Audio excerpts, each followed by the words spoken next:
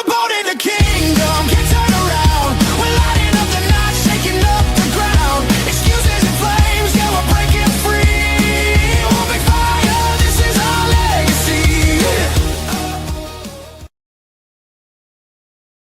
Yo, What's up? what's up? One big fire, man. That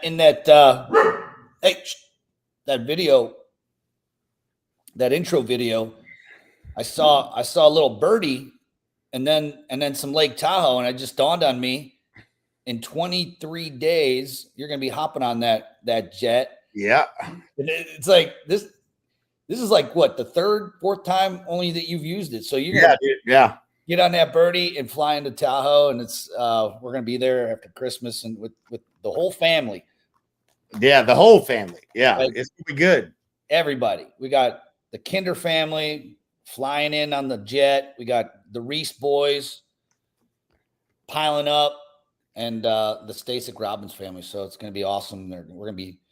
We'll see if we get asked to not come back to Lake Tahoe. Right, Case. right. That's how we used to roll. Yeah. Well, we'll be good. Yeah, man. We'll be good. Yeah, so I was telling you before we get into our topic about leverage, and one way not to get leverage is to get picked for jury duty. And I was telling you, like, this week I got picked for jury duty. I actually was on a trial one time when I lived in the other address, so it was a different county, and it was actually fascinating. This dude was selling meth rocks out of his house and got raided and the whole thing. And like, I got to see how a true professional defense attorney works firsthand. I mean, we see it on the movies, and we see it in the TV shows. And it was just, for me, fascinating. Like, a really, really good defense attorney is the best salesman in the world. Period. Yeah. End of story. I've never seen anything better. The way they work, it's an art. It's truly an art. So anyways, this time around, I have better shit to do. And it's important stuff that we're doing, planning for 2026. We got some new products coming out that are going to help our agents sell boatloads of homes. So I had to make sure that I wasn't picked for a jury, Jay. Yeah. This year, so I walked in with this T-shirt. That ought to do it. And our favorite red hat. Yeah. And so thank you, Donald J. Trump, Mr. President, for getting me out of didn't get picked for that. Yeah. I don't know why I didn't get picked, but I didn't get picked. Yeah. I'm here. No idea. Yeah. I'm here enjoying this podcast with you. So here we go. Yeah, man. Yeah, dude. So what you got going on, man? What's new? Yeah, dude.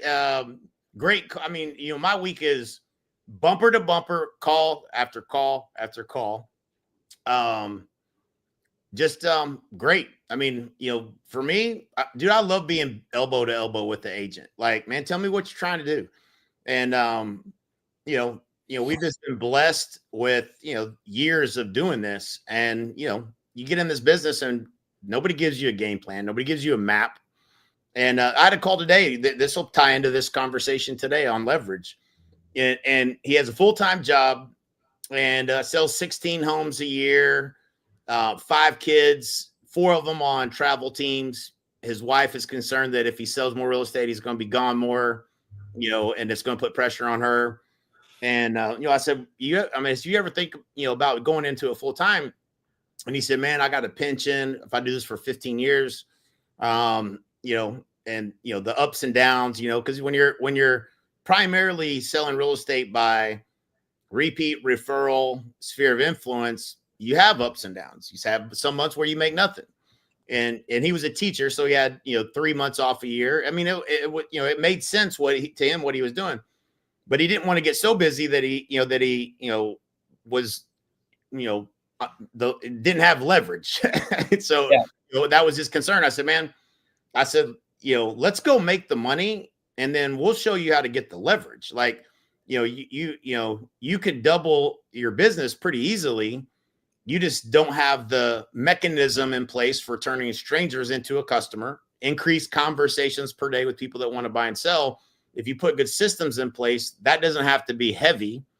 And, you can turn that on or turn it, and that's what he said he likes. He's like, well, I like the ability to turn it up or turn it down if I wanted to. I said, yeah. I said, but I said, it's a high class problem that you're so busy that that you don't have time to, you want to have control, because this business will take over your life. And so, I appreciated his, not willing to give up the, he said he was a glorified Uber driver. I was like, dude, I got 2 kids that I'm doing that with, and I can't imagine 5.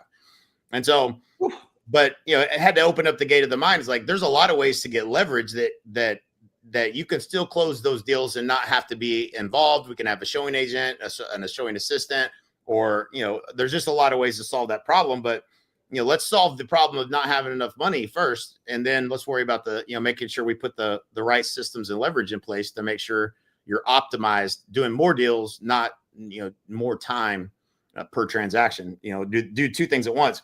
And so, but that's, I think, I don't think that's most people's problem, right? They're not too worried about, they're just trying to scratch together another deal. But, I think you can create a lot of leverage in this business if you understand how to acquire a customer. If you don't, then you spend all your time trying to figure out how to acquire a customer. Yeah, man. I mean, we've seen, I would say, hundreds of people who are teachers who have made a transition into real estate and then left that career behind and left that the good benefits, the summers off. And the question is, what made them change their mind? And, yep. Because I believe, first of all, I believe that really good teachers are underpaid. Yeah. We need such good teachers, like what they deal with on a daily basis. I would not want to do it. So we know one thing, that if somebody's getting into teaching, they're not doing it for the money. Right. They're doing it because they love it. And so then it boils down to, okay, is the salary you're getting. And I mean, if they got a master's degree, I mean, in my area where my boys went to school, some of those teachers were making, 70, 80, 90,000 a year, maybe more. But I was even shocked that was what the salaries were. It was a public school, nice, real good school district. Taxes were super high in there. But so that's, let's say it's 90 grand a year. The question is, what are you trading? So you're getting 90 grand a year with good benefits. Let's say you tack the benefits on top, that takes it up to 110,000 is the actual value, you know what I mean? Because of the benefits that are tagged in there. Right. And then you get the 2.5 months off during the summer, which is cool. Yep. What are you willing to do? Like what has to be true for you to trade that comfort zone? Because they're living in that comfort zone. What has to be true? Well, they have to have some level of certainty. Mm-hmm. That they have to. I mean, for me, if it was me, I think if someone looked at me and said, "What if I were to be able to double your income and you could still take time off in the summer? You just have to structure it right. Would you consider stopping teaching?" And I mean, I guess it just depends on how really much you're in love with teaching the youngsters.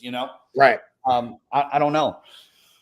Yeah. But, I chose not to solve, the 80,000 a year pension 15 years from now. I mean, I get it. Okay. Let's keep that going, but let's not get there faster if we can. Let's get to a place where if you wanted to do it in 7 years, you could. Yeah.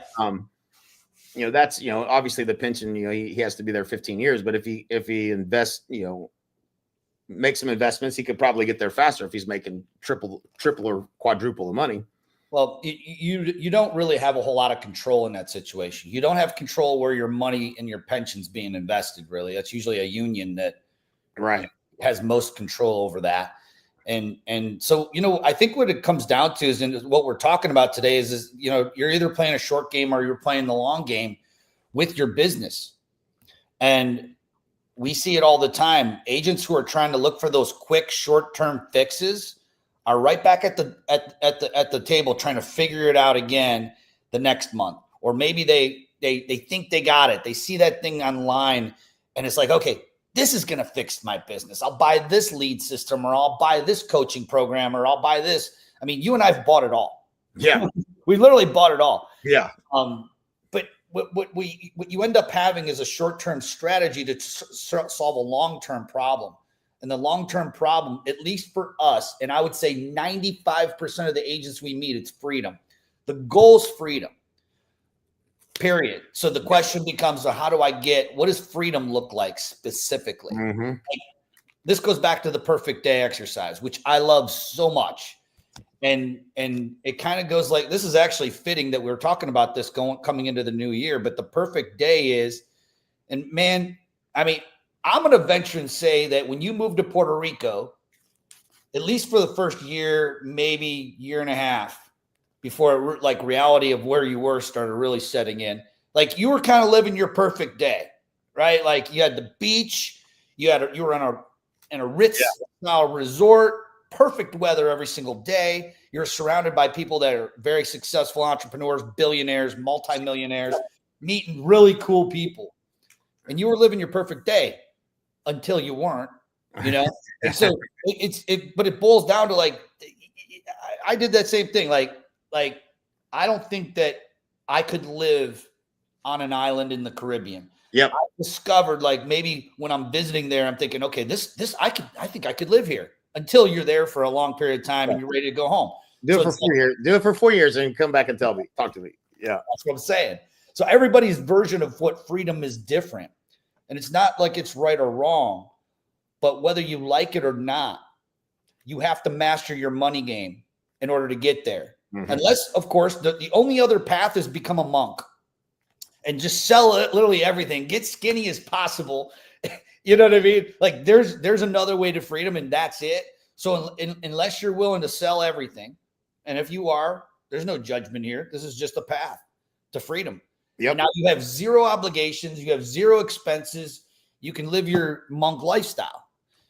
If that's not in the cards for you, you need to make money. And in order to make money, the most wealthy people that we know, we did it through leverage. And it's not through grinding every single day and trying to find, this solution, that solution. It's finding leverage in your business and focusing on the high leveraged activities. And we know what those activities are. High leverage activities, listing appointments, getting face-to-face. When you were growing your business, Jay, I'm talking before you grew the team in Lawton. Yeah. You hired, correct me if I'm wrong, 3 or 4, maybe even 5 staff members. Yeah, right? It was 4. I didn't know what I was doing. There back then there wasn't really teams. That was the Red Book hadn't even come out. So yeah, so I didn't know what I just knew that I didn't have time to do all of the things that I didn't like doing and I wasn't any good at. And having somebody do that stuff while I did the stuff that I felt like was I wasn't thinking, oh, this is higher leverage. I was like, man, I got leads I got to call. I got people I got to show. I can't be over here doing this stuff. Later I learned out this was a really good process, but I delegated all the things that were low dollar per hour, that I could pay somebody $8 or $10 an hour to do. And I did all the things that, and I got to 233 transactions before I ever hired any agents on my team. I had four admin. And yeah, dude, it was, I don't recommend that necessarily, but I certainly made the most money that you could make out of that. I think my margins were strong, for sure. Right. But you grew that, ended up bringing on some agents, getting more leverage. I mean, your whole core of the building of your business was all built off of leverage. Everything was leveraged. Yep. And it got to a point, Al, where I remember, I'll never forget, this guy's name was Lester Warren. And I bet I showed him every house between 100,000 and 400,000. Now that's because he couldn't decide if he wanted to get a littler house and fix it up or a bigger house and not have to do any work. Because he was not a qualified buyer. I worked with him mainly because he was in charge of the recruiting and hiring at one of the third or fourth largest employer in Lawton. And so he was a conduit to a lot of referrals. But I was always in the car showing this guy. And so hours and hours and hours. And at a certain point I was like, man, if I didn't have to do this, like I got this listing appointment I could be on right now, but I was losing deals because I wasn't able to follow up. I wasn't getting face-to-face on the listing and I was too busy. And I was like, I can't do buyers anymore. I have to shift. because I was missing opportunities. And that's when I hired the first 3 buyers agents and started delegating that. The buy side, I had the relationships with most of those buyers, and then I handed them to the buyers agents. And in lieu of that, I went and spent 2 hours with the seller and got a deal instead of spending 21 hours with the buyer and getting a deal. And that was why it was, a high leverage activity. Yeah. Yeah. First thing I did, and I got those buyers off of my dad, off of my plate, and got a showing agent, and she was amazing. Her name's Roseanne, and we're going to send prayers her way. She needs them. Roseanne's an amazing human being. We love her.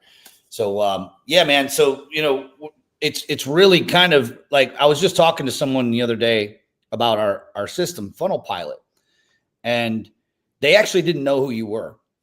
But what they did know was that you sold over 530 homes in 1 year. And in order to do that, you had to have leverage in your business.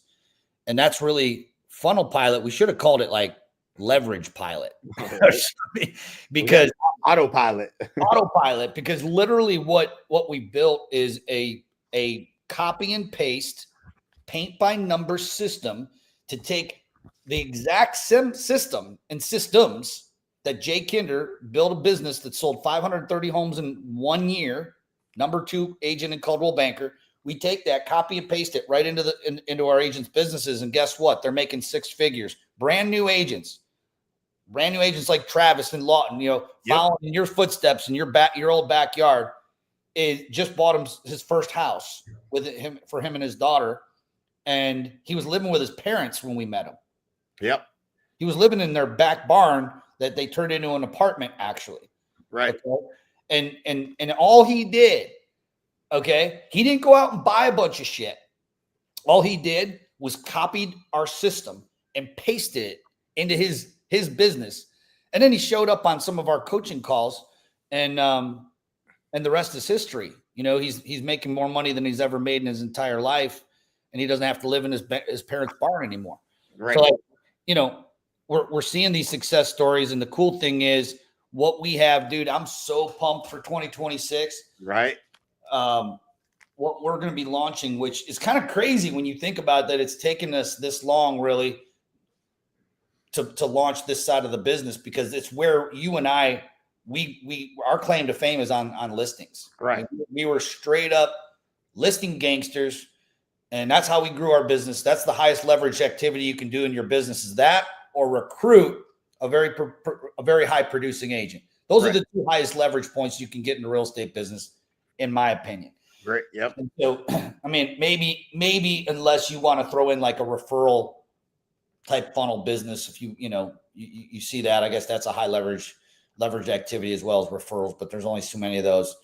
Well, yeah, I mean, the way I explain it is, yeah, you should generate as many, and there should be a metric to it. How many people do you have in your database, and what's the ratio of referrals you get per year? And if you can increase your referral ratio out of that, then there's an opportunity to do that, but there's only so much, and it's limited.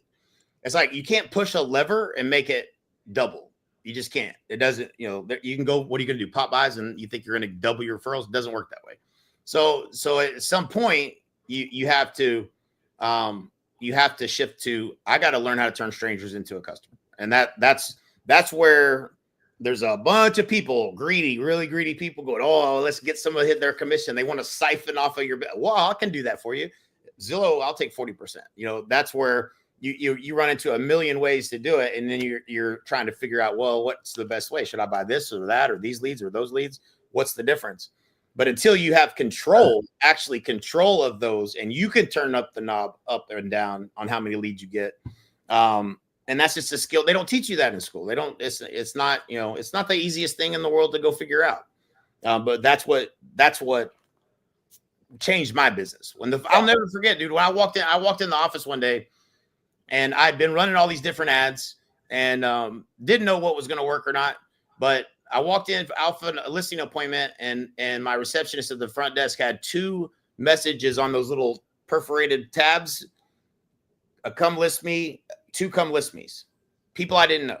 And I was like, wait a second, we on to something here. Like, that's not how I get listed appointments, in the past, it was either referral or it was, banging cold calls or whatever. I'm like, I like the way that felt. Like, how do we do more of that? And I was like, okay, you can spend money and get a call. And when you know how to do that, all the things you need, your confidence goes through the roof. Okay, I can do this. I got this something figured out here. And that's a crucial point. Explain to people that don't know what a come list me lead is. Oh, yeah. I know I've had those. Yeah, somebody that called my office that doesn't know who I am, never met, and they want me to come out and list their house. That's it. Like, just, hey, I need to sell my house, come list it. Yeah. There you walk in the door, you give a little presentation, they list the house. Just easy as that. And it got to a point where I was going on 5 appointments like that a day. And I did it all through marketing. And I can do it anywhere. I can do it in any market. I can help any agent do it. And so when we're talking about the 4 leverage points in your business, if you want to grow a business, literally you can grow a business as big as you want. And we know this is not theory. This is straight fact. There's 4 leverage points. It's lead generation. You have to be able to convert those leads. So lead conversion. And then there's marketing and your content strategy. What content are you using to attract business? You ended up with come list me leads because you mastered marketing. Mm-hmm. And when we hear it so much, it's become cliched, but it's so hard to figure out. Like, well, marketing is such a big word. Well, what do you mean? When you're able to be the goal, Jay, and for you were thought of either number 1 or number 2 in your market. That was it. If you're number 3, you're out, right? Yeah. It's a 2-horse race. If somebody wakes up and decides they need to sell their house, they're going to think of 2 people probably that they may call. They're probably not going to think of 3.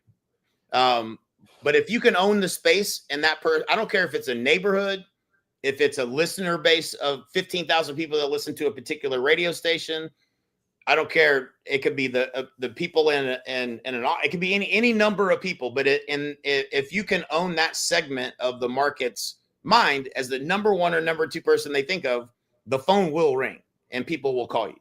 And that's why you get repeat and referral and sphere, because you own the number 1 space in their mind, or number 2.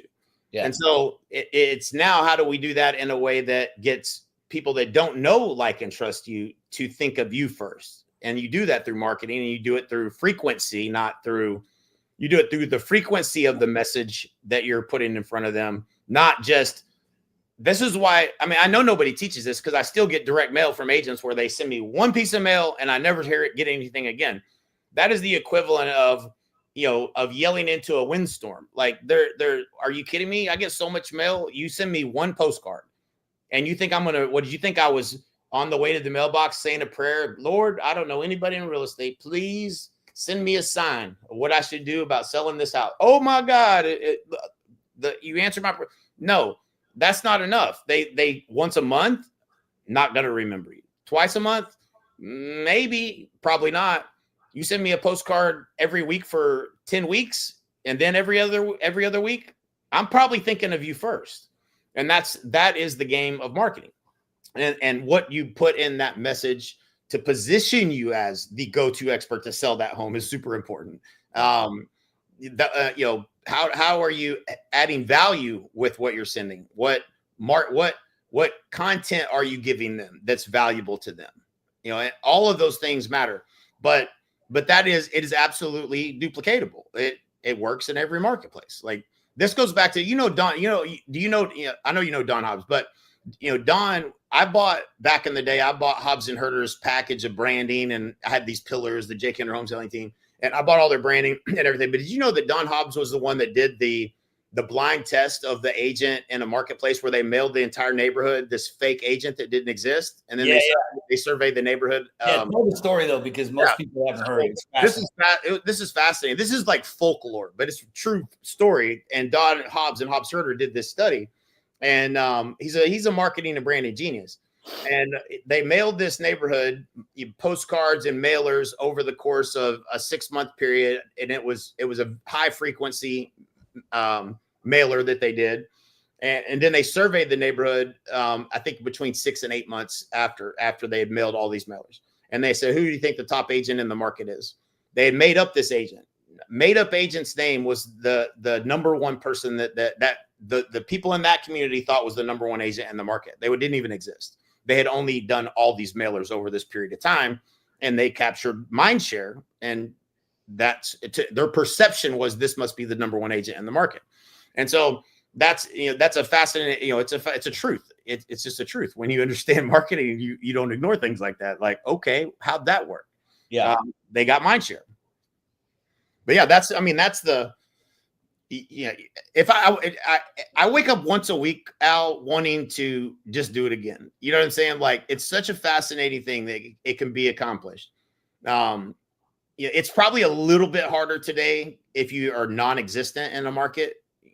They can't go find Google reviews on you or this, that. As long as you, and this is super important, and this has been the case forever, whether I'm doing billboards, radio, direct mail, TV, any of those things, they don't go to whatever the thing is you put on like, you can put a custom URL, but they're going to go to the thing they remember. They're going to go to Google and they're going to type it in, and whatever pops up as far as your website, if it's not relevant, then you're not going to get that lead. The person that drove by my billboards every single day, they went and Googled Jake Hinder, and jakehinder.com popped up, and there's things about selling your house and guaranteed sale and all this stuff, and message match, right?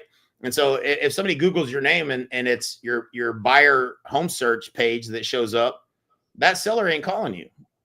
Your message doesn't match what they're looking for. They saw your offer and then they landed on this buyer page. It's not the connection. I don't understand what, it's not the right message. Yeah. Like it's super, all of those things are super important. And we did radio for, somebody made a comment. I was on a call the other day and she coached with us back in like 2007. And she's like, you ever think about how many people have come through like the things that you've done over the years? And I was like, man, I don't ever really think about it. I said, I know a lot of really cool people that went out and did the work, and I didn't do anything. They just happened to cross my path at some point, and hopefully I added some value, but I didn't make these people. They were going to win. We gave them a good formula for help winning bigger and faster a lot of times.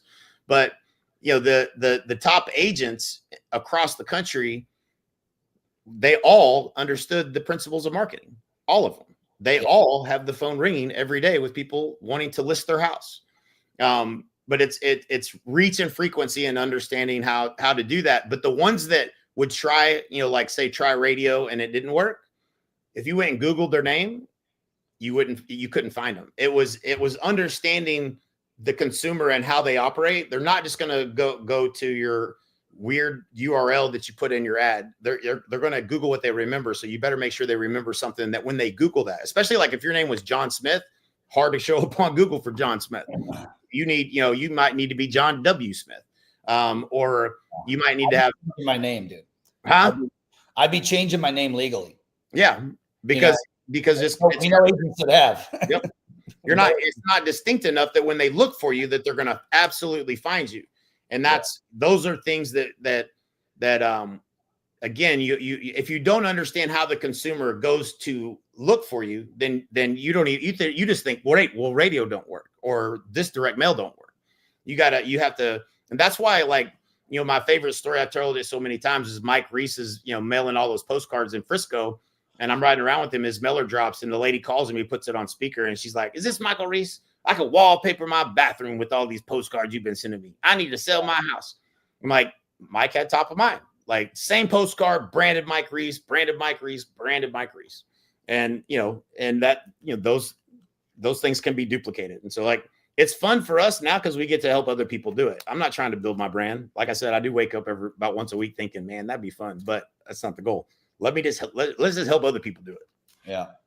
By the way, hit up jakehinder.com, albystasic.com. You can get a link and jump on our calendar, and we'll help anybody. So we'll help you get unstuck and figure out a strategy for you. But this got me thinking about 20 years ago. I remember this guy. and he wasn't even at my brokerage. I just did a co-broke with him. And he didn't even live in Bay Village where I live, but he was marketing it heavily. He had the shittiest postcards you've ever seen. Not only were they just bad, like the messaging was bad, and the paper that he used was so cheap that it would, like, if it was raining even a little bit, it would bleed. Right. This dude was taking over like you wouldn't believe. And it was like the shittiest thing. The marketing was awful. Okay. But the point is then all you needed to be was consistent. You didn't even need to be good. Today, I don't think that you have the luxury of not having the right marketing message, because as you said, you were getting mailed from somebody who barely ever mailed the consistently. But even if you're consistent, you're mailing me once a week and I'm seeing you. Yeah, I guess your mind, in my mind, I'm going to see your name. So you're going to live inside my brain a little bit from a marketing perspective. But if it's shitty marketing and I'm getting better marketing and I'm looking for someone who's going to be an actual professional marketer, you need to have your stuff dialed in. With AI these days, if you have crappy marketing, you're done. You're basically flushing your money down the toilet. Still, dude, to this day, I was driving back from yesterday when I came back from court, and I see billboards with the same bullshit message that I'm seeing these agents, and I want to call them, not to call them out, but just truly to help them. And they're not even with EXP or nothing. But thinking of buying or selling this year, So bad. call me, or there's some weird thing. And it's like, when I see it, in fact, I was out in Sandusky where I keep the boat, and on my way home, I saw one of our agents had a billboard up, and I took a picture of it. I'm like, I'm calling this guy. I'm like, brother, change that billboard up. How about I didn't even say that. What I said is, how many calls you get from that billboard? And he's like, I don't know. And he's like I guess that. I'm like, okay, well, do you think you may have gotten one or two in the last 6 months? He's like, yeah, I probably got two. I'm like, well, what if I could just, 10x that? Yep. I mean, it's probably a 100x by just changing the offer. Yeah. And changing how I actually made this mistake. I got creative one time and changed up. You get tired of looking at your own shit after a while, and we're gonna change it up. So we changed up the billboard. It looked better on the screen than it did on the billboard, and that happens all the time. Like it looks good on the screen, and then you put it up there, it's way too small, like everything was.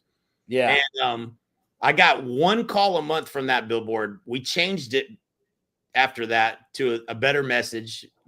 This was a lesson I had already learned, so I shouldn't have had to learn it again, but I did. 8 calls. So 8 come list me's versus 1. Just change the message. Same billboard, change the message. Same call per month. So went from one listing taken, 1 come list me to 8. 8. You 8x'd it with one change, and it didn't cost you any more money. You just changed the message. Yep. Yeah. And now, again, you got no excuse with AI.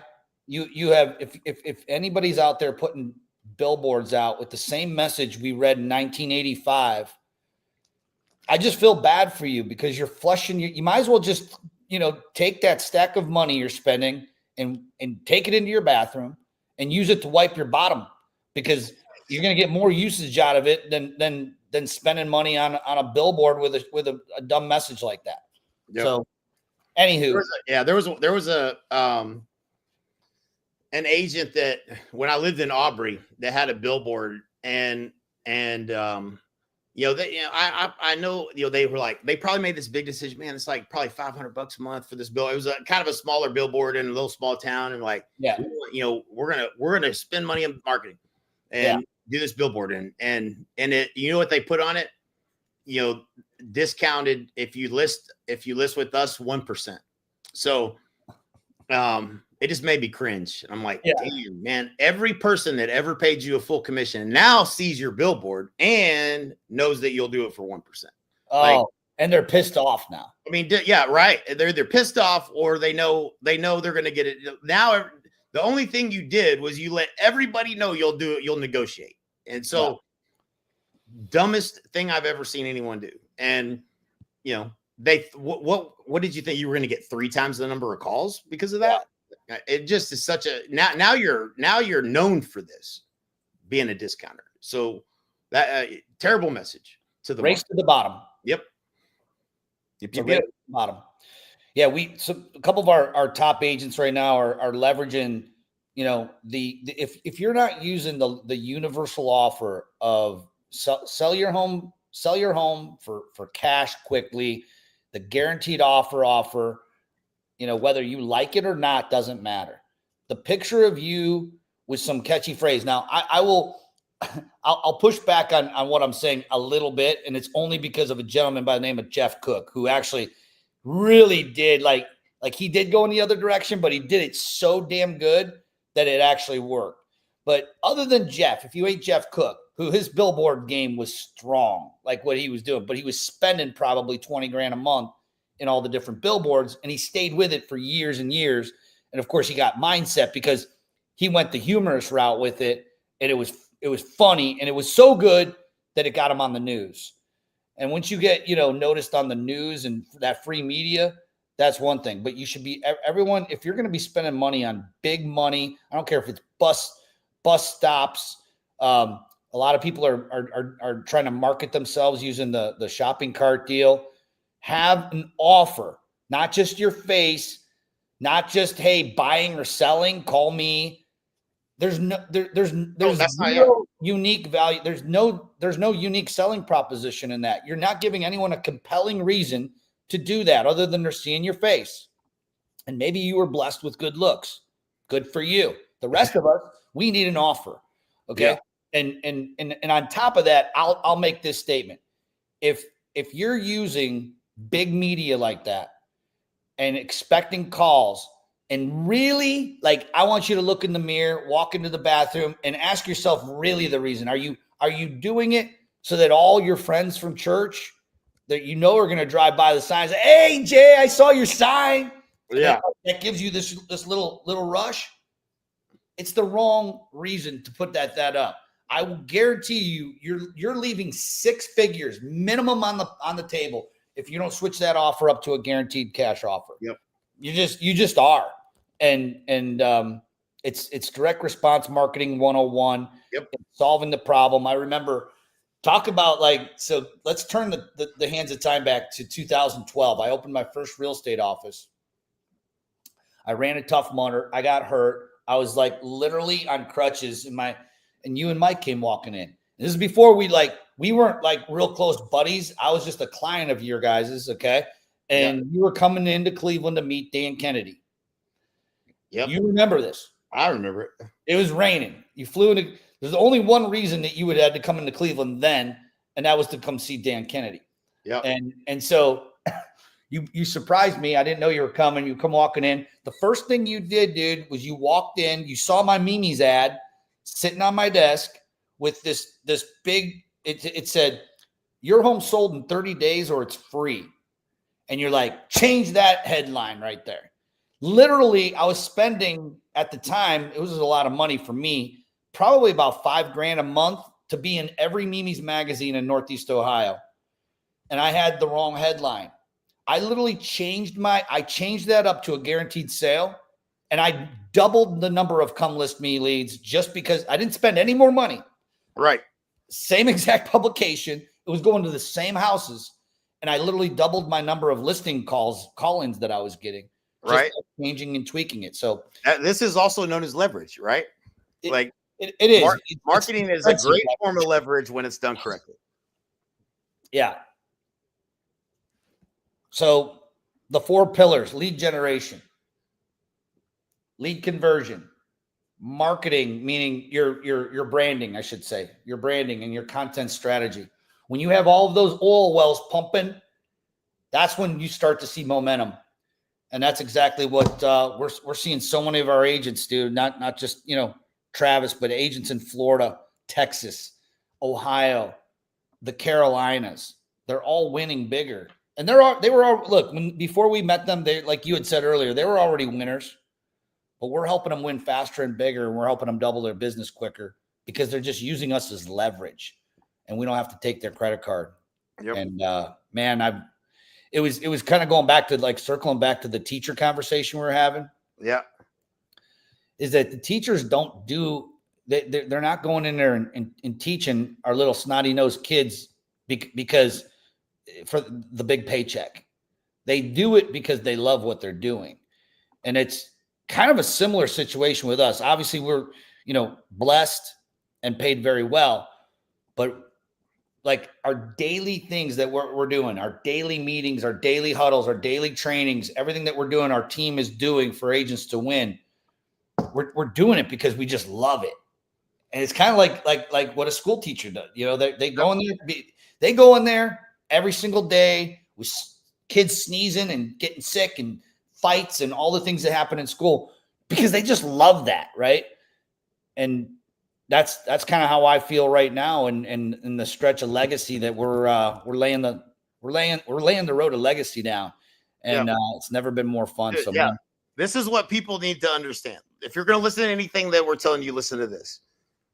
Every person that could actually help you with growing your business has a business model where they are looking to take money from you.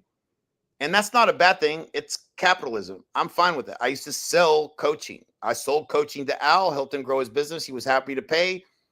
That was a business. That's what most people are trying to do. You just have to find the right people to pay. But I don't think most people understand this.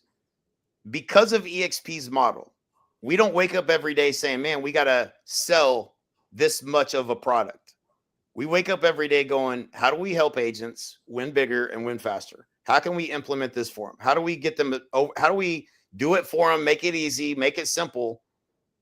And we never think about trying to charge you. We're not trying to siphon money from you. We're not trying to build it, get you to join our team. We're not trying to get you to pay us a referral fee for that deal. I've done all of those things, and people were happy to pay it. But because of EXP's business model and the fact that we get paid through revenue share, we have no incentive to try to sell you anything, only to try to help you. That is a fundamentally will be unfound in the industry. No one else you're talking to is the salesperson gets a commission when they sell you, whatever it is. They're trying to monetize you. We are not trying to monetize you. We're just trying to help you. So hopefully more people understand that, because when it sounds too good to be true, well, you should see how much we get paid. We don't need the money. We just need the people that want our help. And we're not trying to charge you for it. So it's a pretty good deal for you. Yes, sir.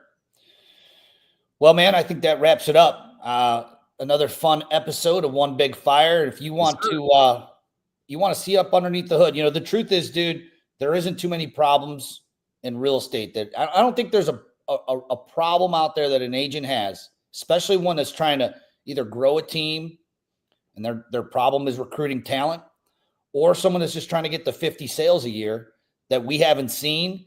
I mean, we've seen a lot of curveballs. And check out jakehinder.com, check out albystasic.com, and we'd be delighted to sit down and show you what's behind the curtain. But yeah, man, until then, we'll see you at the top. Or from the top. Take care.